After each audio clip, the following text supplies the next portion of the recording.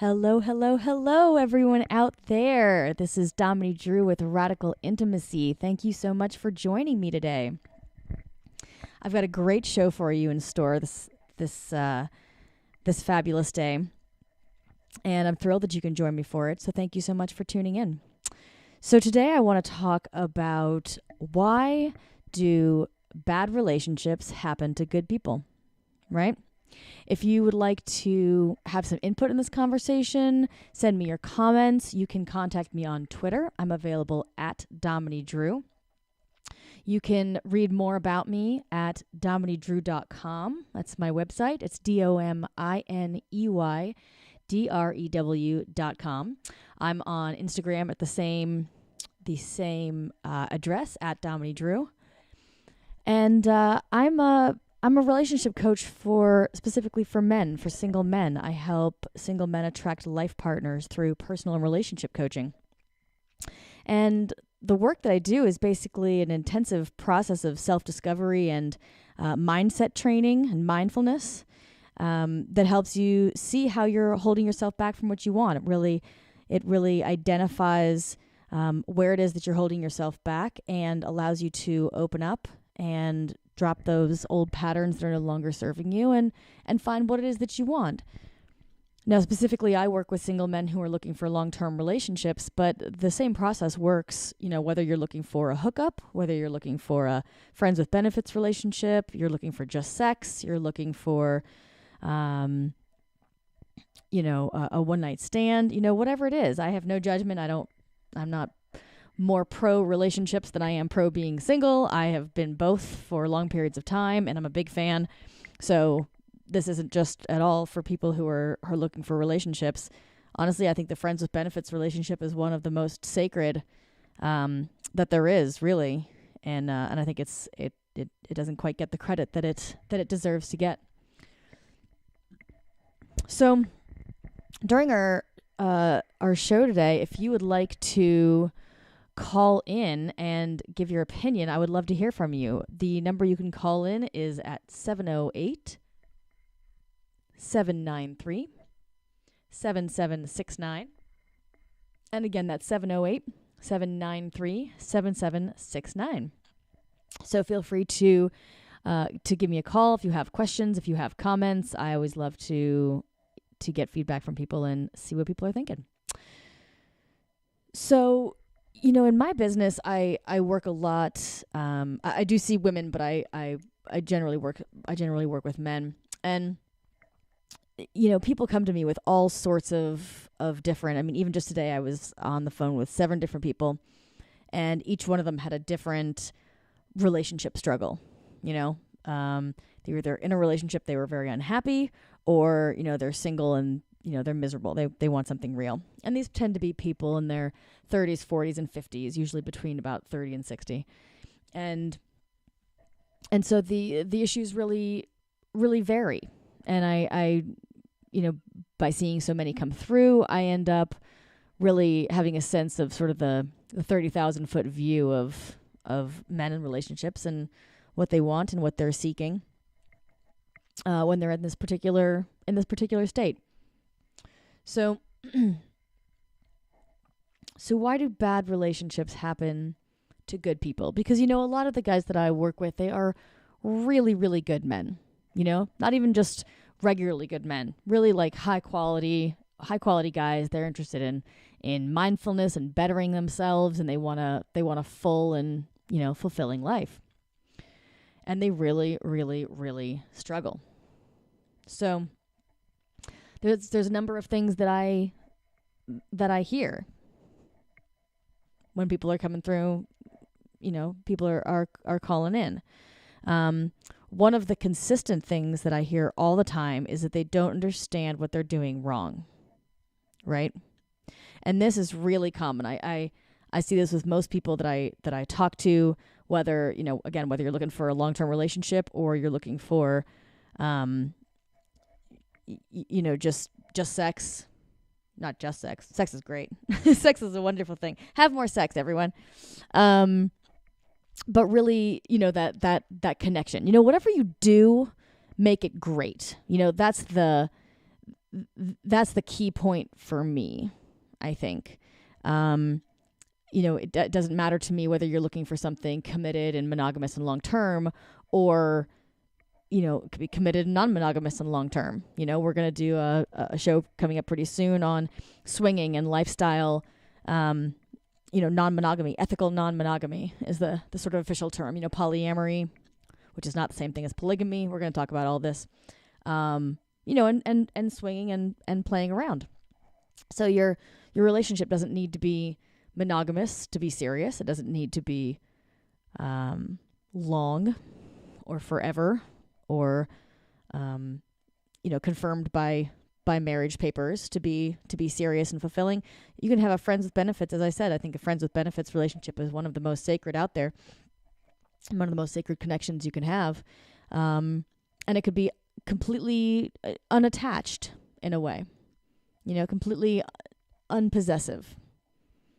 In fact, I think being unpossessive is one of the, or non-possessive, I think I'm making up words here, is one of the things that makes it so sacred, because it flows. It is what it is, rather than attaching, okay, well, you're married now to me now, and so you're mine, and so you're not anyone else's, and I'm not anyone else's, and these sort of restrictions kind of come in, and it starts to get really dense. So anyway, that will be one of the episodes that we'll do coming up here shortly. But today I really want to focus on this question of, why do bad relationships happen to good people? And again, the overarching concern that I see, or aspect of this that I see, is that the guys I talk to, they don't understand what they're doing wrong. They're high quality guys. They're either online or they're meeting people in person. They're, sometimes they don't know how to talk to women. What the issue actually is that they're struggling with will vary, but they don't understand why they're getting what they're getting. And that's just extremely important, because, and it makes sense, because if you think about it, if they knew what they were doing that was giving them what they don't want, right? If they knew what they were doing wrong, in other words, they would change it, right? I mean, that's not rocket science. If if you're doing A and you want the outcome of C, and the outcome of A isn't giving you C, then you try B, right? And you change it. So generally people don't understand why either their relationship is shitty, why their dating experience is shitty, and there are a number of these that I just sort of jotted down earlier today that I hear quite often. So and all of these are either you keep getting the same type of woman, you keep attracting the same woman, or you keep attracting the same type of experience. Okay? And either way, you're not getting what you want, right? You're in some sort of a kind of a pattern, right? So what are some of these? So here are a few. The ones you want don't want you. Okay? You have, maybe you're pretty good with women, and you can talk to women, and you can attract women, and all that's fine. But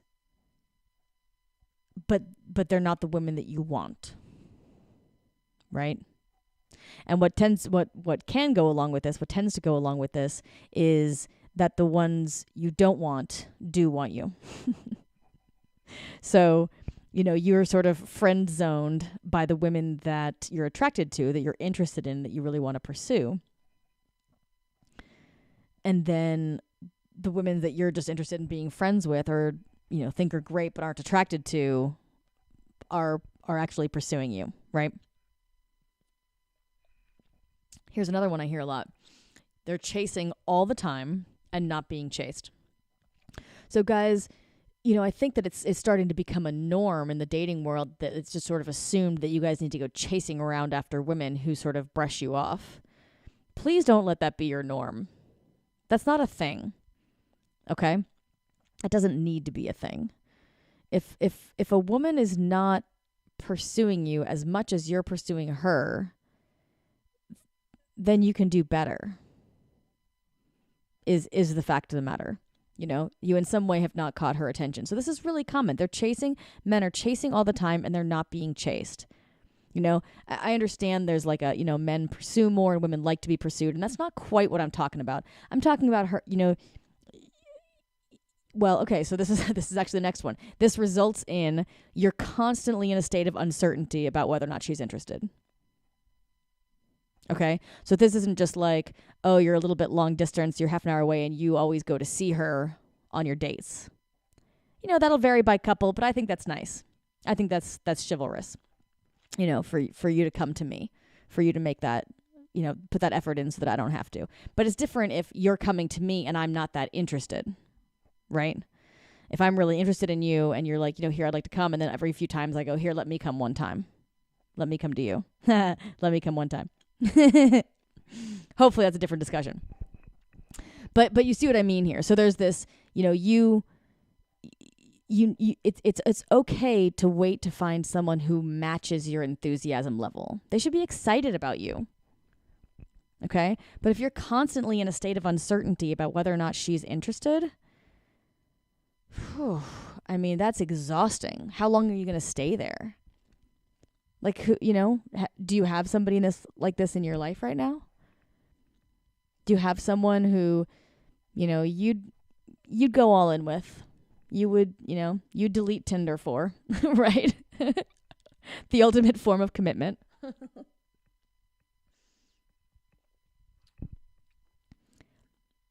And sometimes she seems interested, right? Sometimes, she gives you, I was just speaking with someone today and he said, yeah, I mean, sometimes, one time I walked into the room and she saw me and her face lit up with a smile. And I'm like, that's great. That means she really, she likes you. It doesn't mean she wants to date you. It means you made her smile.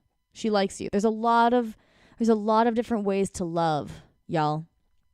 A lot of different ways to love. And that's really, really important. So she may, there are people in my life that I love who are in their, 60s and 70s. I love them. I light up when they walk in a room, But it's not the type of person that I'm going to have sex with or engage with romantically. So that's a really important distinction. So just be aware, and we'll talk about this more. But I really just want you to look around in your life and see if there are women that you are chasing down that are half-assing giving it back to you. Okay? So this is one of these patterns. So if this is happening with you, then today's topic will be applying to you. All right, so let's go over some more. So if you are uncertain how to approach or talk to women, okay, this is really, really common. And if you're, the over-the-top player type where you're like, oh, fuck it, I can handle bitches all day long, chances are you're overcompensating, so you may want to tune into this as well. Don't be shy. Don't be shy about it. If you're uncertain how to approach or talk to women, that's okay. It's really, really common. Also, women are scary. Like, legit. If this is you, don't feel afraid. It's men and women function in very different ways, and it can really be difficult to nail down what it is that she's trying to communicate, if that's not a language that you're fluent in, body language and social skills and their skills. Their skills, and not everybody has them. In fact, a lot of people don't. So you're not alone at all. And it's okay. If you're uncertain, you don't know how to talk to them, that's okay. All right, we'll work on that as well. Or maybe you're super comfortable talking to women, but you always get the runaround. Okay? So this is kind of similar to always chasing and not being chased, but that's sort of more like, there's confusion about whether or not she's interested in you. Okay? Someone else may be super comfortable talking to women. You're suave, you're confident, you walk right up to them, it's no problem. But then they don't let you catch them, right? Something pushes them away. Or in some way, okay, you're doing everything right, and one way or another, it just keeps not working out. So do any of these sound like you?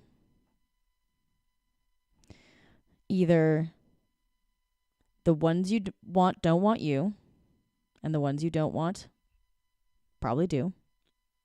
Or you're chasing and not being chased. Or you're constantly in a state of uncertainty about whether or not she's interested. Or you're uncertain how to approach or talk to women. Or you're super comfortable talking to women, but you get the runaround. Or in whatever way, you're doing everything right in your own head, and somehow it just keeps not working out. So all of these are states, and there are many more. But these are, issues that I hear a lot. These are really, really common.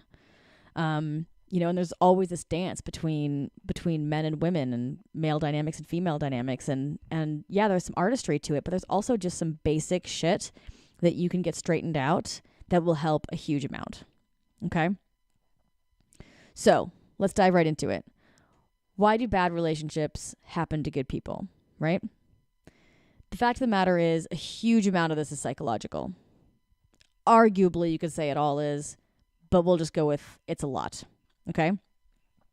And that means that it formed in childhood, because we formed in childhood, and we are, in fact, what's going wrong, right? Because if you think about it, I know I've said this before, if you're doing everything right and one way or another, it just keeps not working out over and over and over again, or in some way you keep getting the same type of women or the same type of experience, what's the common denominator of all those experiences? Right? You are. Of all the experiences that you in particular have had with women, you are the common denominator. So where do we look for the problem? Do you want to keep chasing around how awful women are? Do we want to bitch at the dating scene? Do we want to blame Tinder? Do we want to pin it on, modern society? Or, put the responsibility on, your location. Oh, there's just no good men where I am. What bullshit. Or women. Sorry, I switched into women mode. I hear this a lot, actually, about the places where I've lived. People are like, yeah, there's just the men here are all fill in the blank.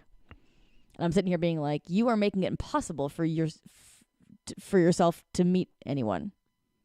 I tripped up my words there. I'm not sure if that made any sense. But like you're basically creating an impossible situation. As long as you're sitting there bitching at the outside world, you are a victim. You can do absolutely nothing.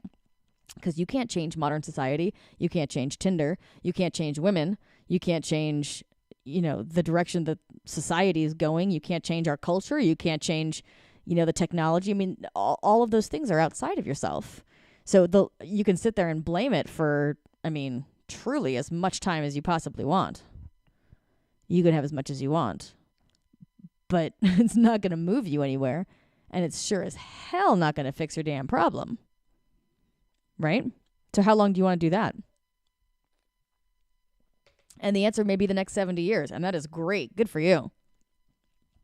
But don't be surprised when nothing changes. Okay?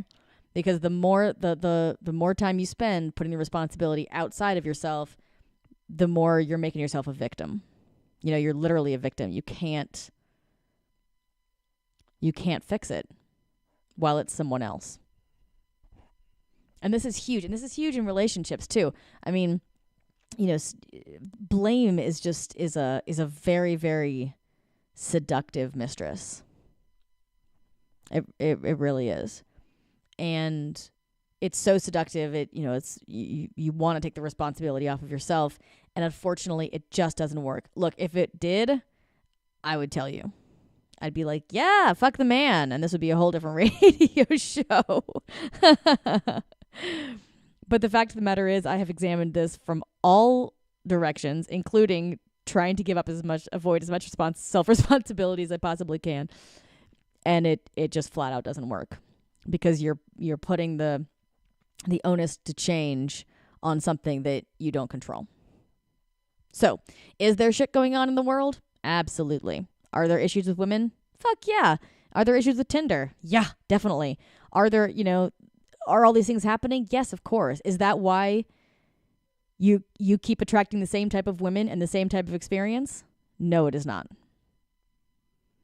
There is nothing about the outside world, truly, that is causing you to repeatedly have the same experience over and over again. That's you.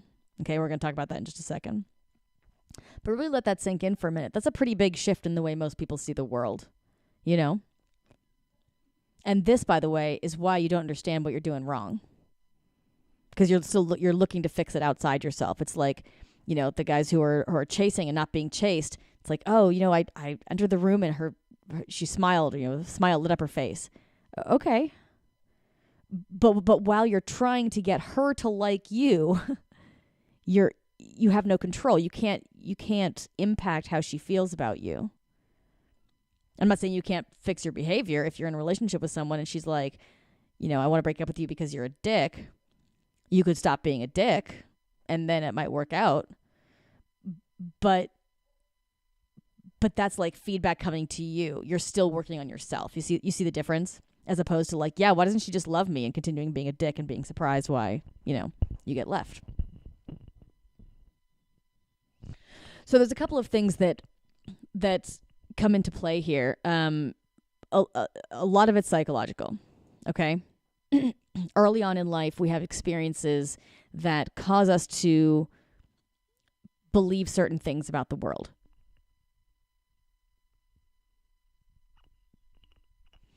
And these then lodge in our system, and we grow up believing them, and we believe them so much that they color the way we see the world. Okay, and they end up causing a lot of problems. And I'll go into that more in just a second. But childhood beliefs are probably the number one. They are actually the number one reason why bad relationships happen to good people. Another quite significant one, in the psychological realm is parents. Okay. Again, we're still in childhood, but as far as just watching your parents, we take on a huge amount in early childhood, and a lot of that is from watching our parents. Okay. So if you have a parent, if you have a parent who say, who model a certain behavior, then we grow up to then follow that behavior. We then create it. Okay. So let's say that dad was, dismissive of mom. Like he he says he loves her and he takes good care of her or whatever, but under the surface, he like doesn't think she has any real value. Okay. Let's say that's like kind of the dynamic, even if it was never said, because children are extremely intuitive, right? So then you grow up and you see that and you go, oh, okay. Well, that must be what love is. Okay. So dad's dismissive of mom, her thoughts, feelings, emotions, point of view, just kind of devalues her. So then you assume that's what love looks like, or that's what women want, and you become dismissive of women. Okay? This is very, very common. And then what you'll tend to do is you'll go one of two different ways from there. So you have an underlying belief that women don't have any value because that's what's been modeled for you, okay? And this isn't like a fault thing. This isn't like you're a shitty person because you think women have no value. A lot of people think women have no value. A lot of people think men have no value.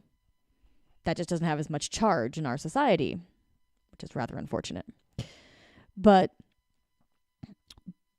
really, the space that gets you into is really very profound. So this is very common. Try not to hear blame. Everybody does this. Everyone on the planet does this. So it's not about you're bad and wrong because you don't understand. You don't think women have any value. It's like, okay, I dated people for years who literally hated women. I have people in my close close family and extended family who hate men. You know? Okay. You know, we've all got these issues. It's not about not having the issue. It's just about handling it in a mature way, right? Does it matter if you devalue women? No, not outside of you getting what you want, because that's going to hold you back from having a fulfilling relationship, right? Because you don't believe they have any value, so you will never see any value in them. You've already decided in your head, right? So is that in itself wrong? No, not at all. Is it going to block you in life? Yes, absolutely. Is it okay to act on that? Absolutely fucking not.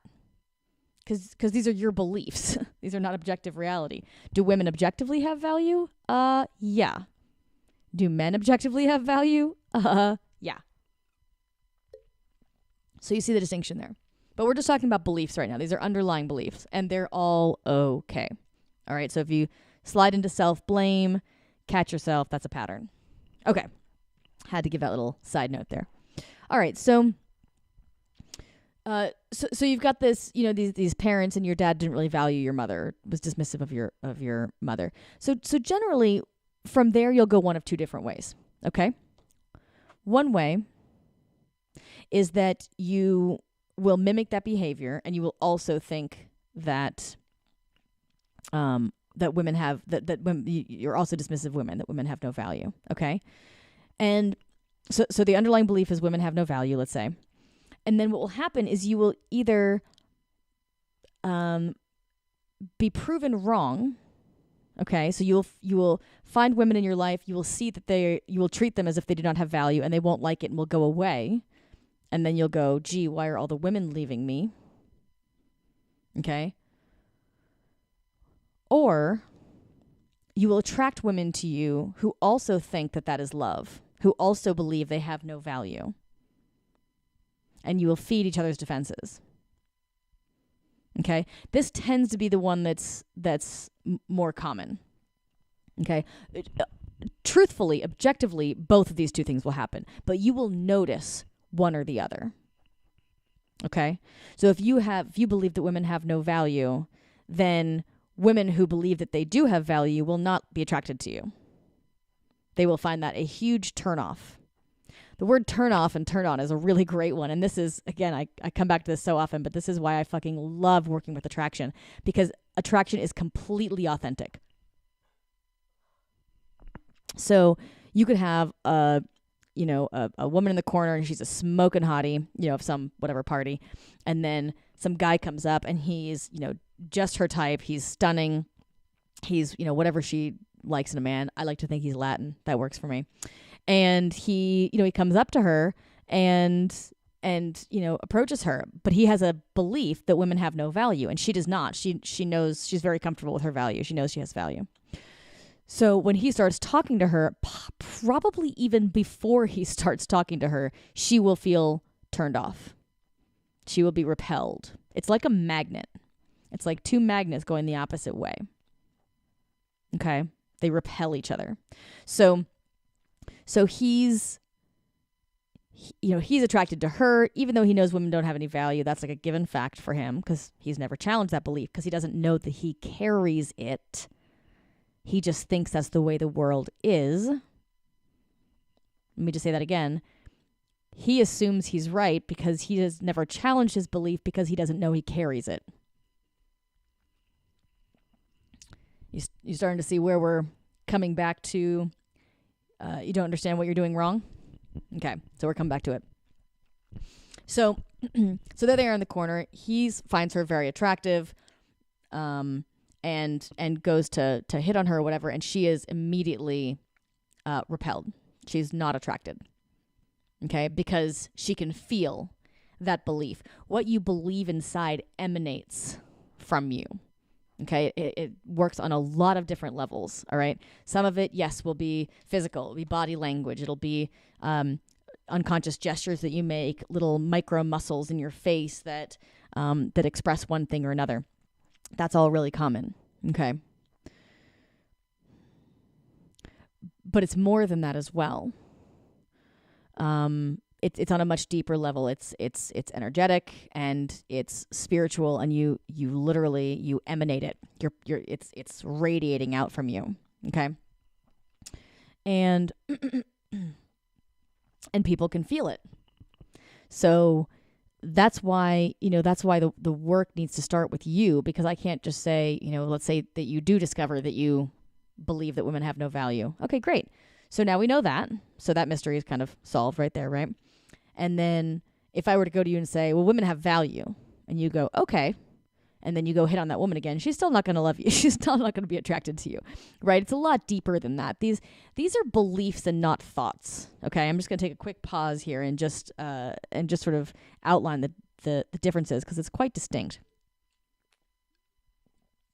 Thoughts are light and fluffy. Okay, a thought can come into your mind. We did an episode at some point about negative self-talk and how damaging that can be, that voice that runs in your head all the time, right? Those are thoughts, okay? And they have impact. They do, all right? But a belief is different, okay? I'm going to tell you a belief that you have right now. You believe,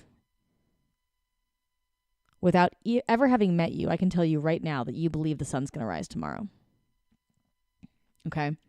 That's an assumption that you carry. And because you probably made plans for next Thursday, right? And I'm not saying it's not going to. What I'm saying is it hasn't happened yet. And yet you're assuming that it's going to. Okay?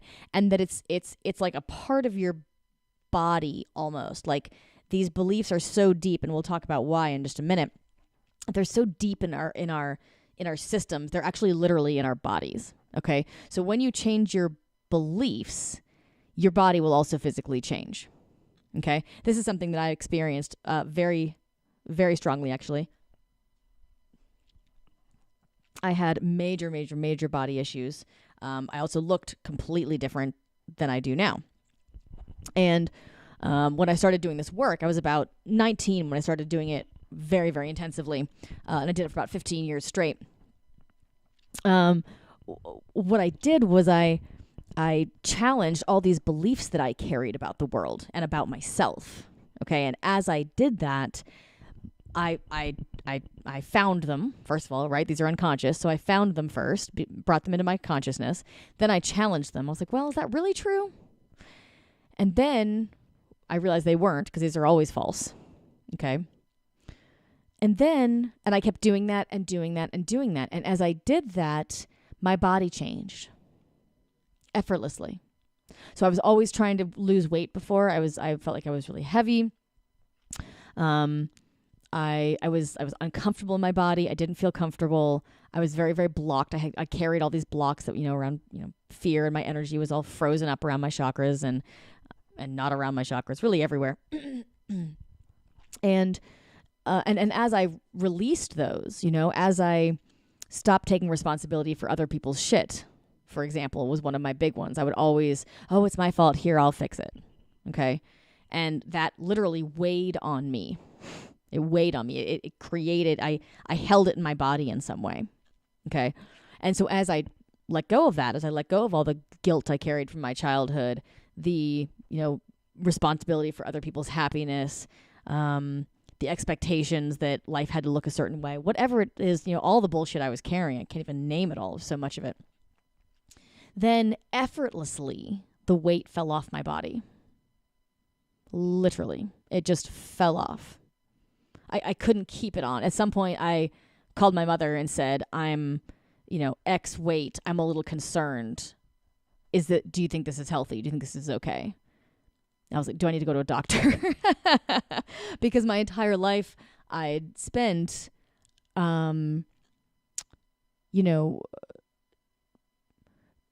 designing, trying to lose weight, trying to get to be a certain weight. And then all of a sudden I couldn't keep the weight on. It just fell off on its own. And I got to a healthy weight, bam, and stayed there. So these are not just thoughts. Okay. You literally build your life around these beliefs. They're so ingrained. Okay. So with the example of the parents, if you have an invasive mother, okay, and she's always nagging at dad or something like that, and then you're always, you're attracted to invasive women who invade because you think that will make you happy. Okay. So that's how, the parents play a part. But really there's more. Okay. That will color who you are. That has a big impact. What has an infinitely larger impact is your experiences when you're a child. Okay? Your life is colored primarily. I'm not speaking casually here. Your life is colored primarily by experiences you had before you can even remember. Okay? For the most part, before you were 7, you were mostly formed. Okay.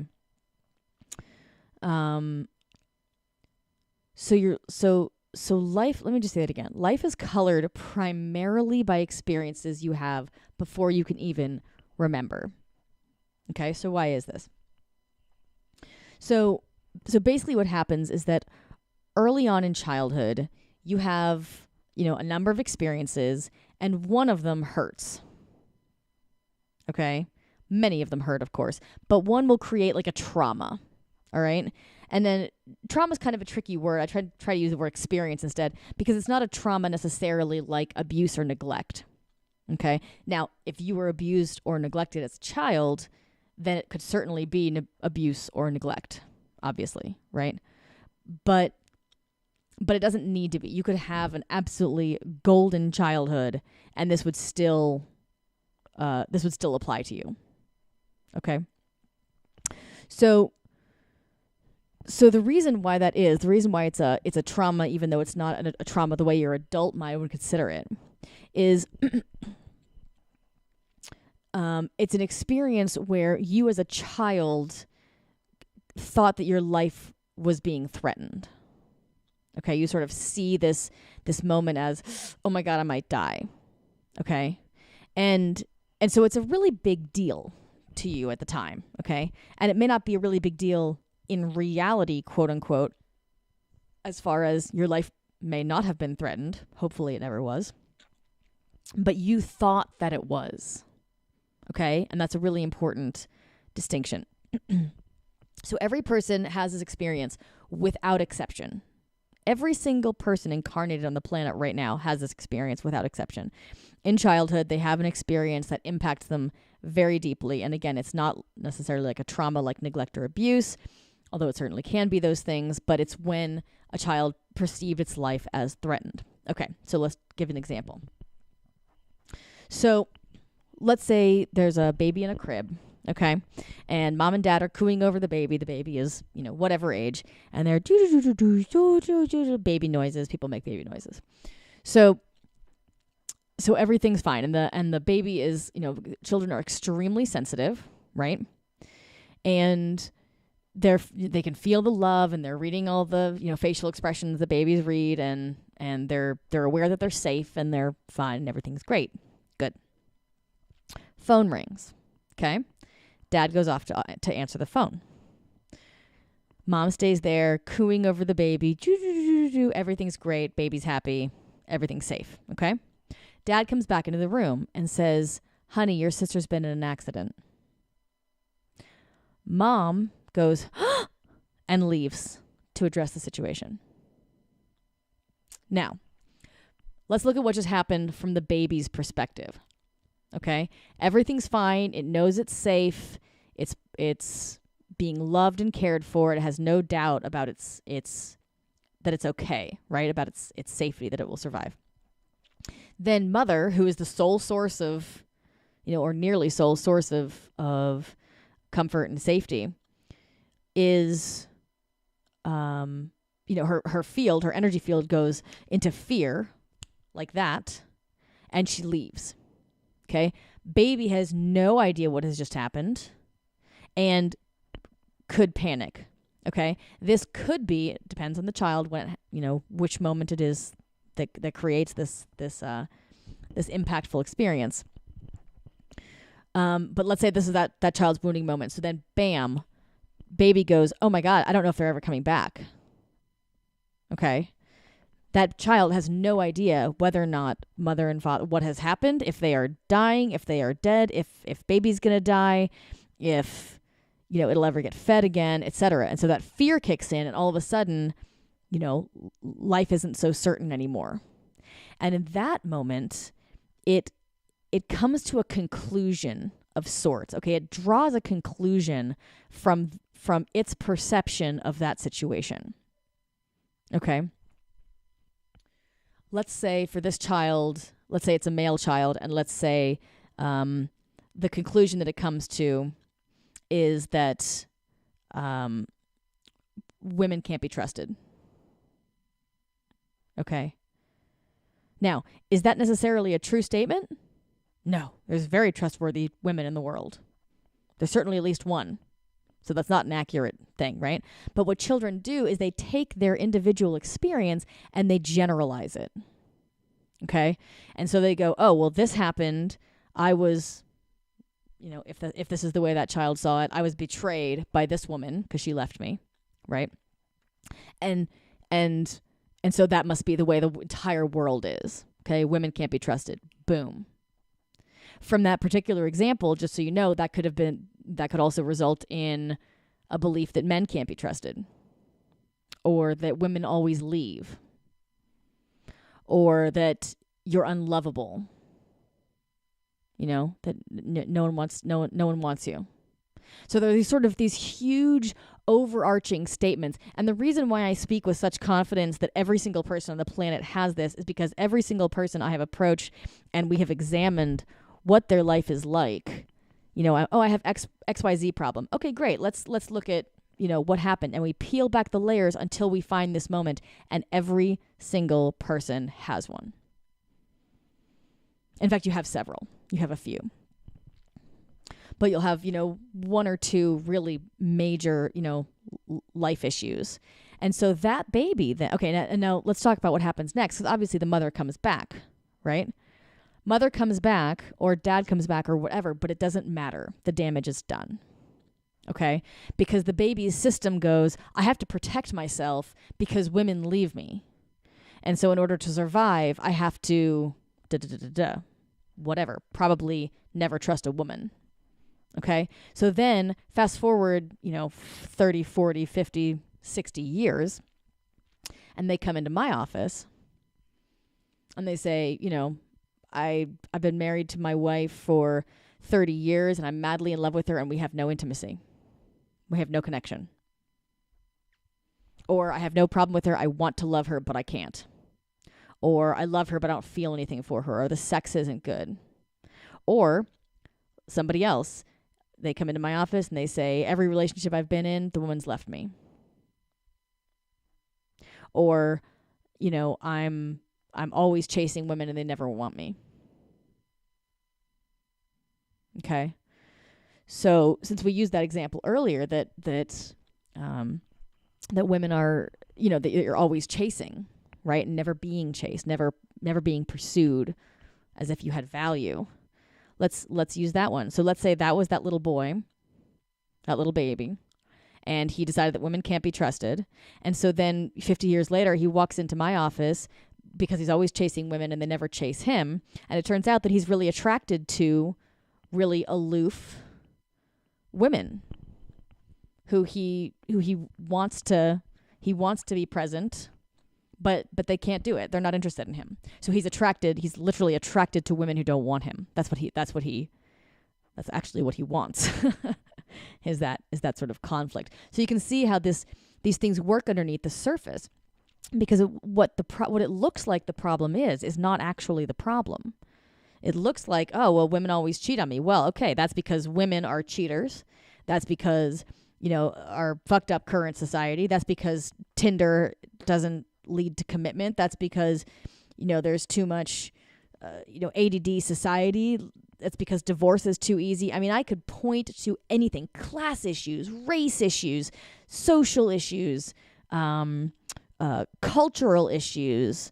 I mean, you could point to anything and find an excuse, but it will not fix your problem because the problem is being carried around inside you.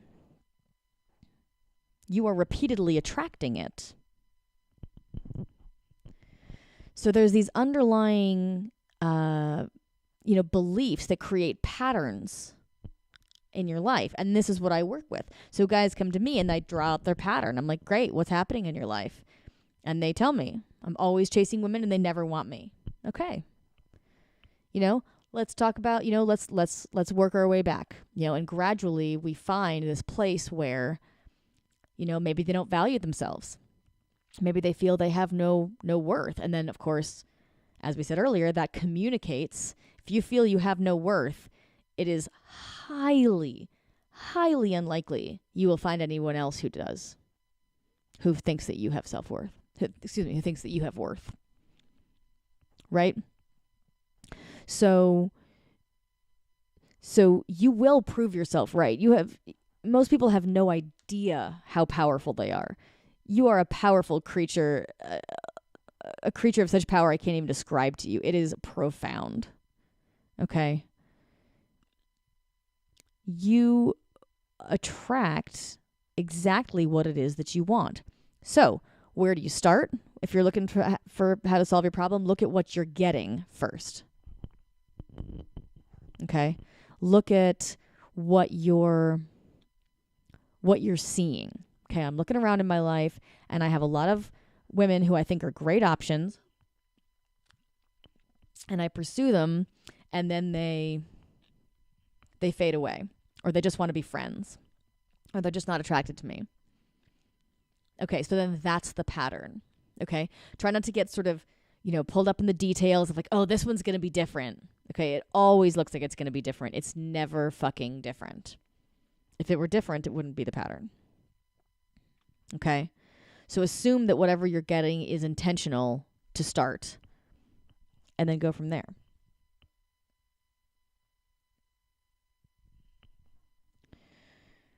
So how does this kind of work? So basically how this works is, you've got these underlying beliefs.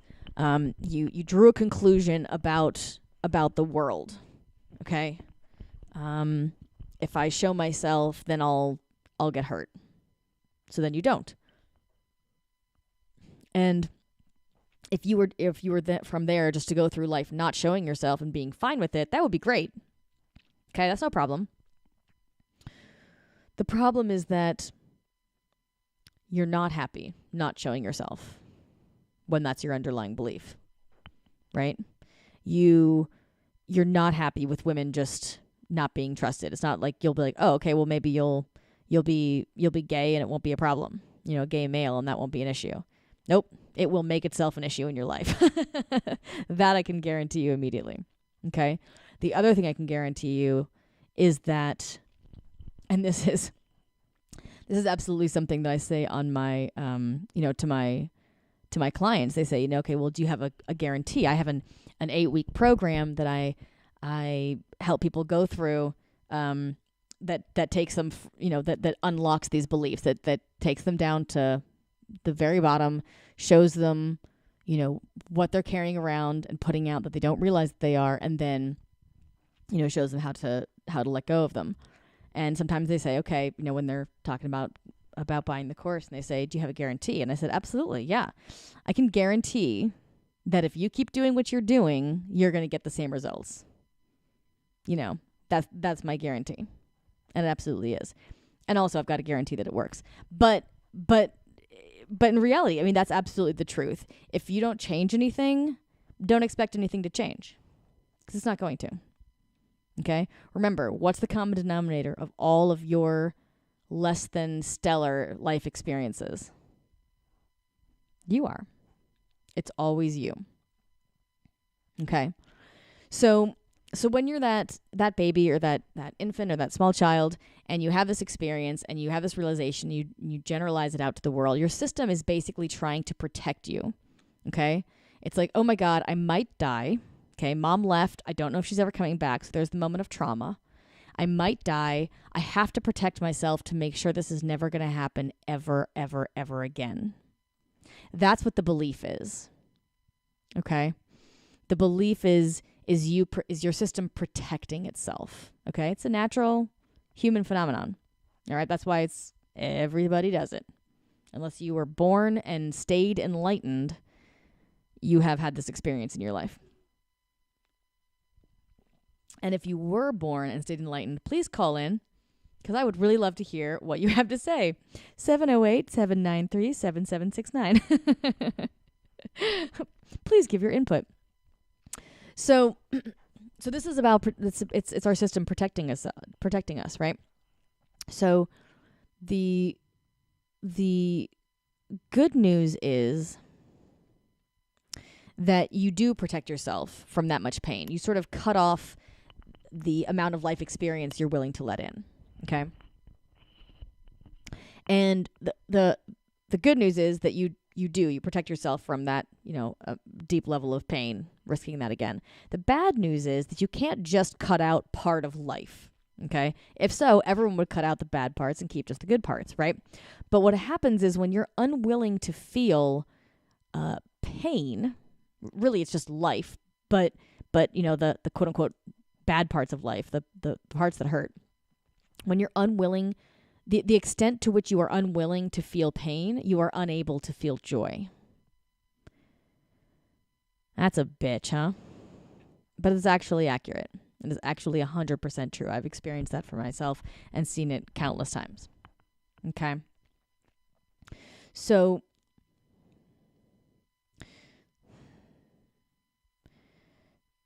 you can't, when you're sitting in a chair and somebody comes up and does something scary or brings up a stressful topic, your breath will shorten.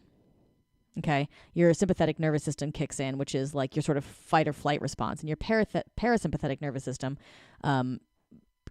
switches out. Okay, which is when you sort of sleep and go to the bathroom and do things you can do when you're relaxed, when you don't have to worry about your survival. Okay, remember, it's only been a few thousand years that we've been dressed up in different clothes. Our physical bodies are still the exact same as they've been for millions of years. So at least for a few million years, quite a long time. So we're still in that, we're still just these kinds of animals. We're just brought up in a different environment. So if you're sitting in a chair and you're, and I bring up something stressful, you cut off your breathing, restrict your breathing. Well, part of that, on an energetic level, is to keep you from feeling. Okay. When you don't breathe deeply, you don't feel as much. Okay. And that's intentional because you're stressed and it hurts. It's uncomfortable. So you cut it right off. Okay. But the problem is that from that perspective, with your breath restricted, you can't feel joy. You can't feel deep joy either. It sort of brings the realm of emotions that you can experience to like a mid-range. Okay. And that tends to be where most people live. Sort of numbed out to a certain extent. Because they're not willing to risk, I can't trust women. I'm not willing to trust women. I'm never willing to do that ever again because that feels like death. It feels like you're risking death, but it's not. In our example, you weren't even risking death then, right? For some children, their lives may really have been threatened, but it doesn't matter. Excuse me, it does matter. That's a terrible thing. But it doesn't matter now because you're an adult. So the fact that you're coming, you come to me because you're not feeling enough, because you've got these negative patterns with women or because something in your life is making you unhappy. And we work our way back to see how it is that you're blocking yourself. If you're, I sure wish that women would pursue me, but you don't trust them. You won't really invest in them. And they always feel that and stay a little bit aloof, stay a little bit held back. Then the solution to that is risking trusting and really putting yourself in, which is going to feel like the scariest thing because it makes your system feel like that moment when you were a baby in the crib. It reminds your system goes, wait a minute, I'm pretty sure that I decided, to never ever do that because if I did that, I would die. If I trust women, I will die. I mean, that's truly how it feels. I mean, it sounds silly out of context, but that's literally what is happening in your system. So your So you're experiencing this life or death situation, and all you're doing is sitting in a chair talking to me. Okay, but you feel like, well, I definitely can't do that. I definitely can't put myself out there more because I get rejected, and that feels like, the worst thing ever. Okay, but it's not, because the fact of the matter is that no matter what happened to you as a child, okay, I'm speaking directly to you now. Whatever it is that happened to you as a child is never, ever, ever going to happen again. Ever. It can't, because you're an adult now. The only reason that was as threatening as it was, let's say, dad beat the shit out of you, okay? But you were 2.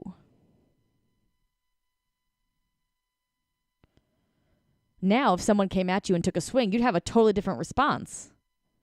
Okay? You can protect yourself now. You're an adult. And these fears are based in childhood, even infancy.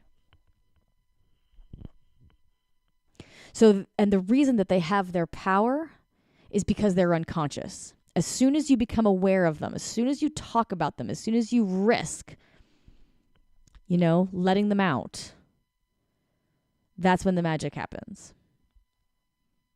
That's why I don't tell my clients what to do. I don't give them advice. I don't, I'll help them get from point A to point B. I mean, they always get there.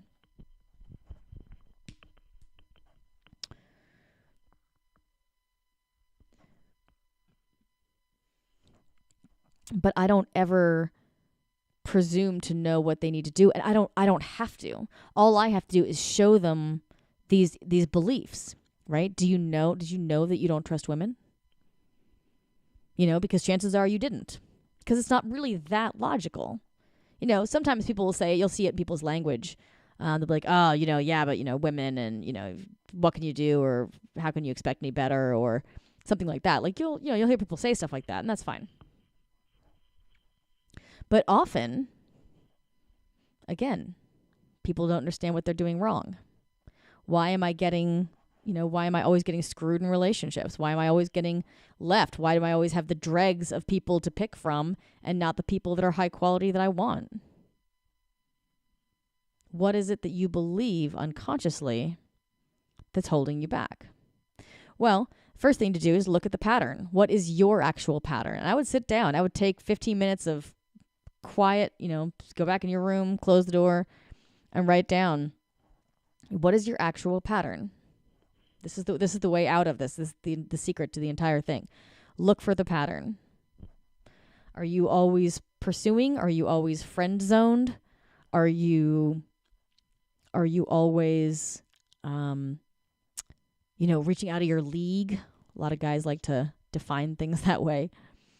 Are you constantly being left? Are you, the one that they choose the other person over?